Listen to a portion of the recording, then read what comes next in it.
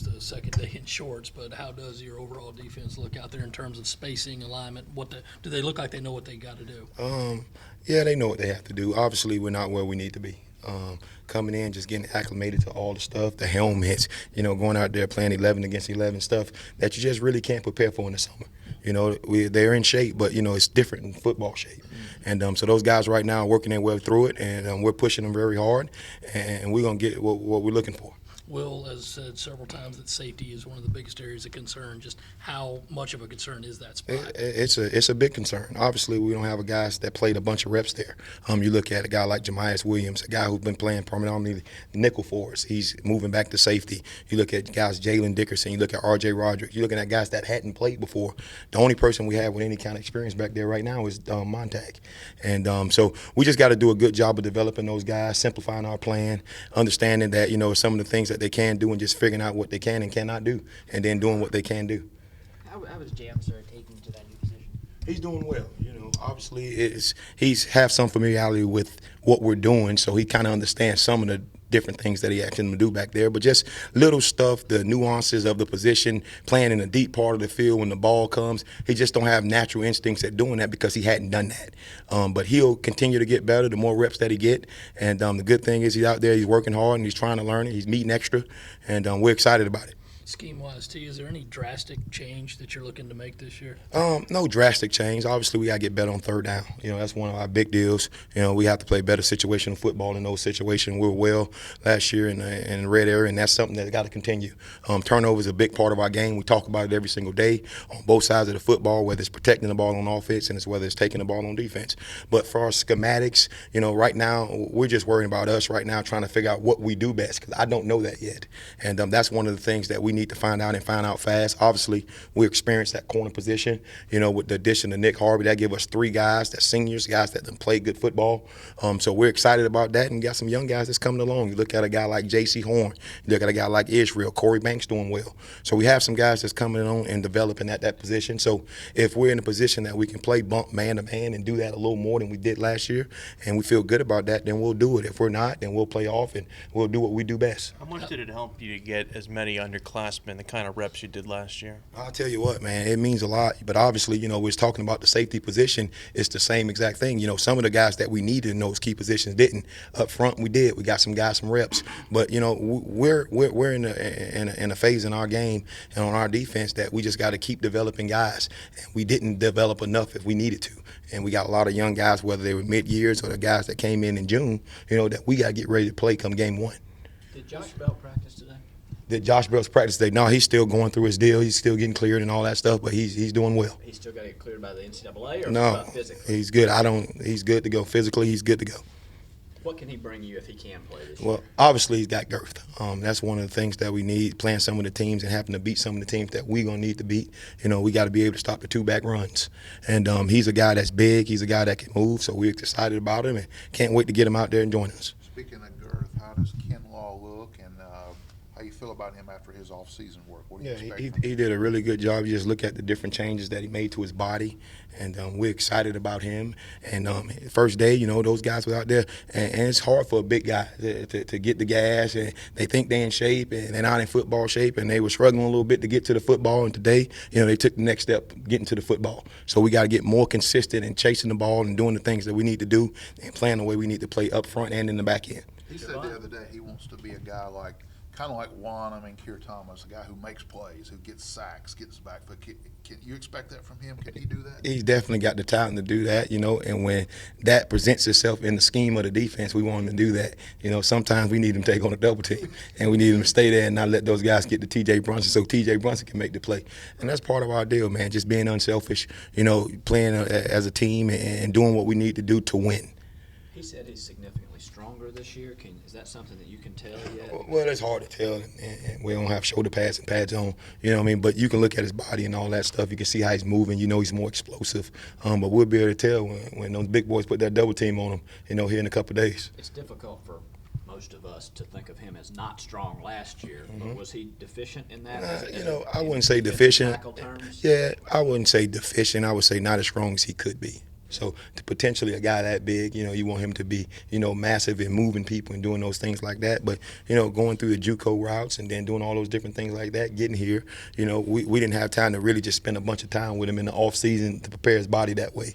He's done a great job from the nutrition standpoint, from the strength standpoints and strength gains of getting better and getting bigger and getting stronger. So, we're looking for that to pay dividends come fall. What have been the early impressions from J.C. Horn, and kind of what do you think he can kind of bring? You know what? Obviously, he got good length. He has good pedigree. He's a guy that's very confident in his abilities, and rightfully so.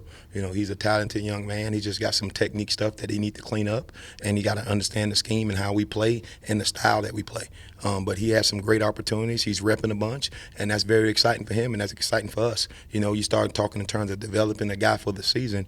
Well, that's a big-time deal. You got to practice, and he's getting a bunch of reps. We're doing different two-spot drills, so everyone is repping a ton, and he's doing a great job of it. So we have to continue with him to just continue to develop his talents, and we'll have him ready to play. You mentioned your top three at corner. That's kind of pretty much set. Does that mean that Israel Mukwamu's in that second group, that reserve group? Yeah, nothing is set.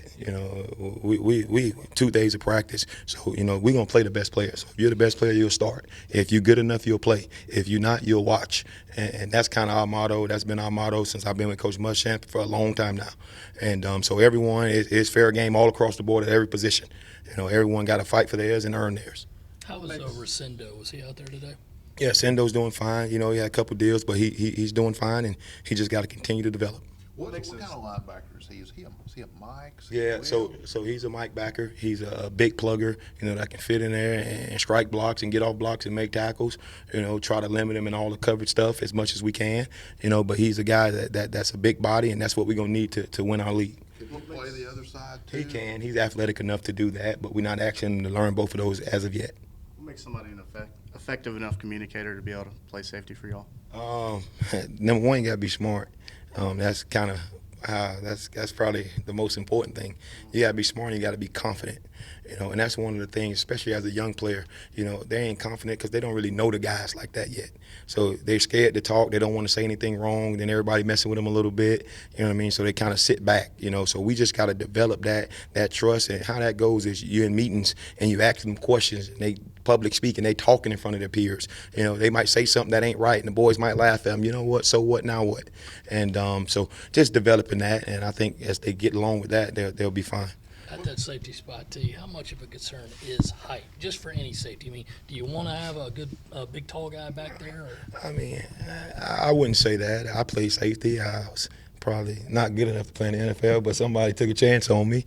So I wouldn't say that the height is a major criteria for that position. We want to be big outside at corner, obviously, because of the fade balls and the back shoulder fades. But you do have in those situations where they throwing those steam balls, them inside fades, that you can get a guy matched up on a bigger guy and he can't make plays. But we want those guys to be strong, quick, and good communicators and be able to tackle. How tall did they list you in the NFL? I'm 5'11". What's the next step for DJ Watt? You know what?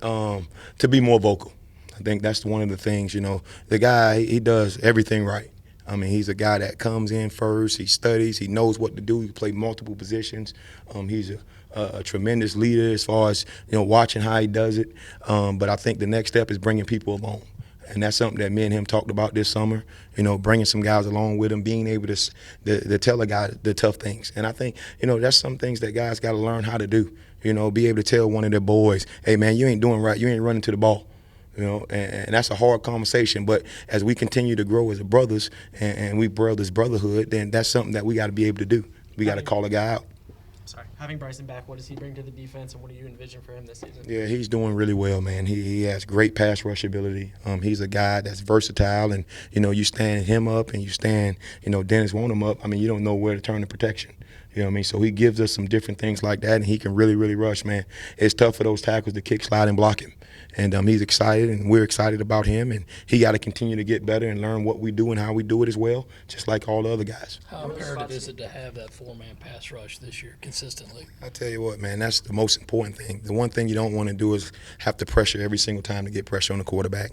I mean, that becomes difficult on the corners. That becomes difficult on the safeties. So for us, we got to be able to get there with four guys, and we dang sure got the talent to do that now. So we got to come up with different ways, all right, to get to the quarterback with 4 guys so we can drop guys in coverage, maybe sometimes get there with 3.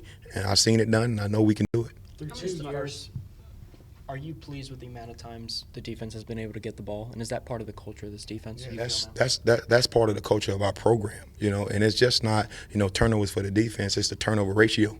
Our offense give it away 5 times and we take it away 4 times. That means we still lost. That ain't good enough. You know what I mean? So if they're taking care of the ball like we preach every single day, and we're getting the ball like we preach every single day, and we compete against each other that way, then we'll attain our goal. Our number 1 goal around here is the ball. How many spots can you play Sherrod Green at, and sort of what does he kind of bring to that linebacker group? Yeah, I tell you what, he's very athletic. He's very smart. He plays multiple spots. You look at him last year, he played dime and Sam. Right now he's playing Mike and dime. He don't even have to practice a bunch of reps at Sam to get Sam. So that's something that we get into a game situation, we'll be able to put him at Sam and he don't have to practice a bunch. And that's very beneficial. You got to have guys like that. Chris Lamar was a guy like that for us last year. We didn't have to practice him a bunch of spots. We needed a corner. A couple of guys went down. He can go play corner and play it effectively. So Sherrod is a guy that can do that on the front 7 with us and be able to help us that way. When you say dime, you mean the weak side spot The that weak Sky side, was the in? wheel backer. What's the secret to getting the ball, to having those turnovers? Is it just something you teach about stripping it? Yeah, we have different terms. We just don't say, hey, man, let's get a turnover. That ain't how we speak around here. We name them, whether it's a tomahawk, whether it's a chop, whether it's an uppercut, whether it's a punch, and we talk about that every time. And it's amazing to watch tape with our guys, and we'll see a guy and we'll point out violators after every game. Hey, man, that guy's a violator. He don't take care of the football the right way. Well, then when we're watching tape, you will see, yeah, hey, man, we missed the punch opportunity right there, coach. We won't say we missed the turnover opportunity. He missed the punch, so I know he's thinking what we're thinking. And we always talk about it, man. Everything we do, you go around the facility upstairs by our meeting rooms, you got little footballs on the stick and guys just ripping it out and doing the different things like that. So it's important to our ball game. You just mentioned Chris Lamons as someone who is versatile. Do you see guys like Keyshawn and maybe Jam who could play multiple positions, or would you rather have guys in set spots? Yeah, eventually. I don't know if Keyshawn can probably play back at safety, but right now he's playing nickel, he's playing corner. Look at Jam, he's still playing some nickel, but he's playing safety. All right, so we got some guys. You look at Nick Harvey, he just got here. It's his second practice. He's playing quarter and he's playing nickel. So now the next step is that to get some of those safeties to be able to play our dime back and do some different things like that. When teams getting in 10 personnel and putting 4 receivers on the field, we have some guys that can cover them and do some different things like that. So it ain't matched up on the linebacker all the time. How much growth have you seen from Keyshawn as a person since he arrived on campus? Yeah, man, the first part of the growth is I remember his first day of practice last year. He was talking about the humidity, man. He guy came from California and Arizona. He ain't used to sweating like that. And it's really, really hot in Columbia, and that's just how it is. And but, he's a guy that's really took onus to learn what to do. And that's going to be very important. And he learned corner, and we feel good about him at corner. And he got to do the same thing at nickel in camp. He hadn't played a bunch of nickel. So that's one of the things that we're doing now. He's saturating his reps and letting him play a bunch of nickel here in practice, and we'll get him ready to go. JT was saying that Texas heat is worse than South Carolina heat. I call crap on that. I tell you what, I was at Texas Tech. I coached at Lubbock, and it wasn't as hot as it is here. That's for certain. I played at Auburn, and it wasn't as hot as here. And I coached at Florida, and it wasn't as hot as here. It's hot. And Mississippi. Kinlaw said Mississippi is a lot. yeah, I coached there too. I coached all over America, man. All right, no, this is the hottest place I've ever been. You know what? But we're gonna use it to our advantage, and we talk about it all the time. When we kick it off at 12:30, when we kick it off at 3, man, it's gonna be warm out. And they don't melt, and we're not. And that's why we practice the way we practice. That's why we play the way we play. Where would you prefer Keir Thomas play, inside or out? In the backfield. That's what I prefer he plays. To be honest with you, he's a guy that's very versatile. He can play different spots. Obviously, with his quickness, he get matched up on some of those guards and some of those centers inside, and he can whoop them pretty good with his quickness. So he's more effective that way. But he's a guy that can learn it. He's a guy that's very, very intelligent, and he can play at the end, and he can play 6 technique, he can play 5 technique because he have juice. So wherever he is, we just want him in the backfield. We want to make him plays. What did Aaron Sterling do well last year, and what's different about him? When you look at Aaron, the one thing you'll say, he's not very big, but he's very, very strong. Because this guy, he holds the point. He don't get bimmed around a bunch. He has juice, he has energy, and he has passion. And, he kind of reminds me of Jam playing safety, Aaron playing D-line. You know, he's just a guy that got a lot of grit to him, you know, and been undersized his whole life, you know, and that hadn't bothered him. It hadn't stopped him. And he plays that way every single day. How important is his speed to him personally, and how important is his speed coming off the edge for you guys? Well, it's very important to him because if he didn't have that speed, he probably wouldn't be here. That would probably be the first thing. And then for us, I mean, obviously we're trying to put fast guys on the football field. We're trying to track people down. We're trying to make the ball go outside to the perimeter. We're trying to set edges with the defensive back and let our defensive line run and hit from inside out. And that's one of the things that we're talking about. Where should be at with you guys, and how important is his effectiveness to your overall success? You know what? He earned everything he got, and he's playing well right now. He's working hard, and he's a guy that also, you know, can play some different spots on the defensive line. And I'm very proud of Shamik. I really am, because he came in and he had all the stuff going when we first got here, and he's cleaned up his life, and he's doing a lot better, man. And I'm excited about him, and we're going to need him to play well for us. How concerned are you about depth on the interior? You got Kinlaw, but who else is going to play that defensive back? I'm very concerned about depth, not because of lack of bodies, because of lack of experience. You look at Kinlaw, you look at Kinlaw, you look at Kier, you look at Kobe Smith. All right, then you start talking to who's next, whether it's Rick Sanders, whether it's J.J. Mbare, whether it's Tyreek Johnson, whether it's, you know, who's going to play next. I don't know that, and that's why camp is so important. So we have to develop that part of our football team, and that's, to be honest, that's not just on the interior. That's everywhere. We just don't have a who's next because there's no experience behind those guys. What does Sandage look like? I know you've only seen him a couple of times. Yeah, he's doing well, man. He had a couple of good reps yesterday. I hadn't seen practice yet today, you know, but from what I've seen, he was looking good out there and running around trying to do his best. But he's a guy that can definitely help us at some point, you know. But as a new guy, especially playing on the D-line or O-line, I mean, it's extremely difficult. I mean, they hadn't been against guys that big before. You know, they normally dominating guys that they're going to. In terms of the identity of this defense, how much of a premium is placed on big play prevention? Yeah, I mean, that's a part of the program. You know, you look at our core values, our rules. You know, we want to limit explosive plays. We call explosive play a 10-yard run or a 20-yard pass. You know, our offense calls explosive play the same exact thing. So obviously we want to limit explosive plays. We want to chase the ball. We want to get the ball. And that's kind of the premiums of our program. What have you seen from Jalen, just coming off that injury, and what do you feel like he can bring you this year? Yeah, obviously, Jalen's a guy that's very athletic. We had high hopes and aspirations for him when he came in early as a mid-year. He did a really good job that spring. And then, unfortunately, he had the little injury that kind of set him back a little bit. You know, but Jalen is a guy who can help us athletically. You know, obviously, we got to see. We hadn't hit. You know, so we got to see how everything's going and how everything's holding up. But he's doing well. He got a lot of competition in front of him, and he's competing with those guys. So I'm anxious to see when we put on the pass, you know, who's going to separate themselves. Something Will said the other day, he was emphasizing, you know, not hitting as much with the head. How much of that, from a teaching standpoint, do you have to reinforce in your players? All the time. All the time. I mean, you know, football ain't like it used to be. It ain't no hitting with your head. You got to see what you hit. You got to bow your neck, and you got to keep your eyes up and see what you hit. And that's very, very important. You know, we talk about it in team meetings. Each coach get up, talk about it every single day. You know, we stress it from the equipment standpoint. We stress it from the training room standpoint, and also from the coaches. So, you know, it's a big part of our game now. You know, obviously it's a lot of, you know, information out there about it, and that's something that we take very seriously. You've played secondary in the NFL. Just how hard of an adjustment is it going to be for those guys up there with that new rule? Extremely hard, but you know what? You know, if you don't butt guys down and you bow the back of your neck and you see what you hit, you should be fine. You know, and listen, it's something that's going around right now that need to be, you know, listened to and heard. So we're excited about it. We're excited about what we're doing to prevent injuries in our program, and we'll continue to do that. How far along did RJ come in those 15 practices in the spring, learning a new position? I tell you what, I'm so glad he got here mid-year, because he'd been all out of whack. But he's doing really, really good now. He just got to continue to keep going. You know, it's hard as a freshman. It's playing safety. The head coach is a position coach. I mean, so you got to deal with the head coach every single day. And for a freshman, I mean, that can get a little overwhelming sometimes. But RJ's handling it well, and he's going to be just fine. We're excited about him. Does moving Tevin Jackson to safety speak to what you guys feel you have at corner, and what kind of went into that move? It probably speaks more to what we don't have at safety. You know, again, a guy, you know, he's a guy who done been in the program for a little bit. He understands. We know he's intelligent. He understands what we're trying to do. He played some of the nickel positions, so those kind of have some kind of correlations.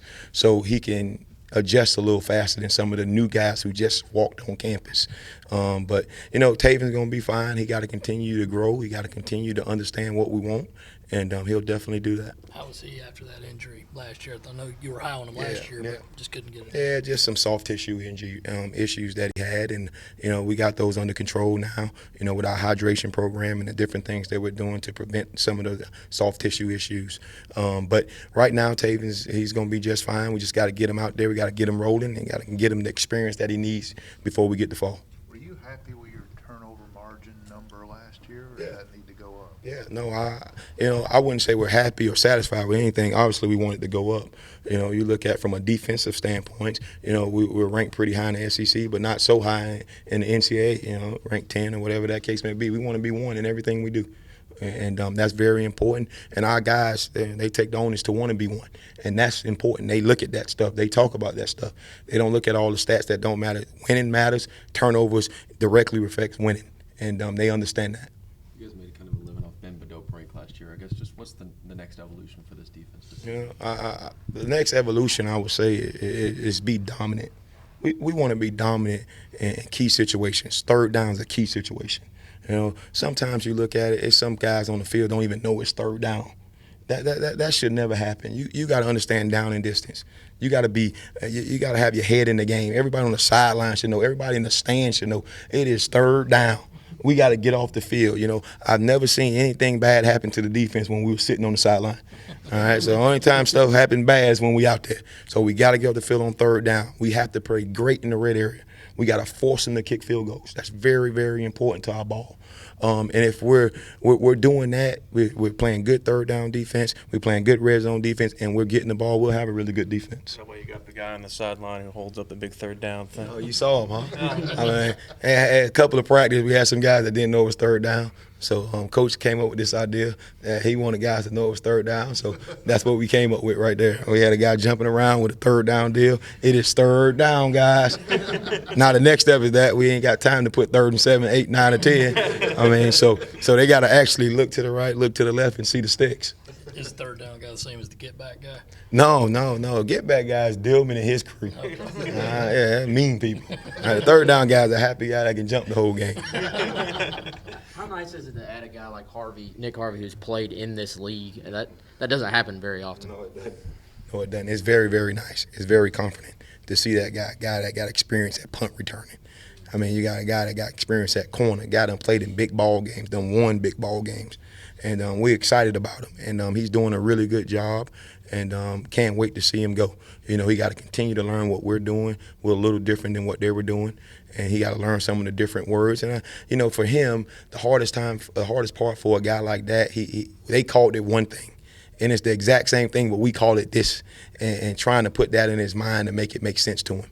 And he's continuing to get better at that, and he'll continue to do that. Do you remember maybe a play he made against you guys 2 years ago? Did he stand out when you played them 2 years ago? So when I was at Texas Tech, Nick was a freshman at Lancaster in Texas, and I recruited him then. So that's our relationship. I knew him from back then. You know what? When I'm coaching during the game, I never see any plays that their defense make. I mean, we're making adjustments, head down, locked and loaded, and maybe sometimes I watch it the night of, but, I never really see it. So, no, not one play in particular I don't remember. Yeah, I knew him.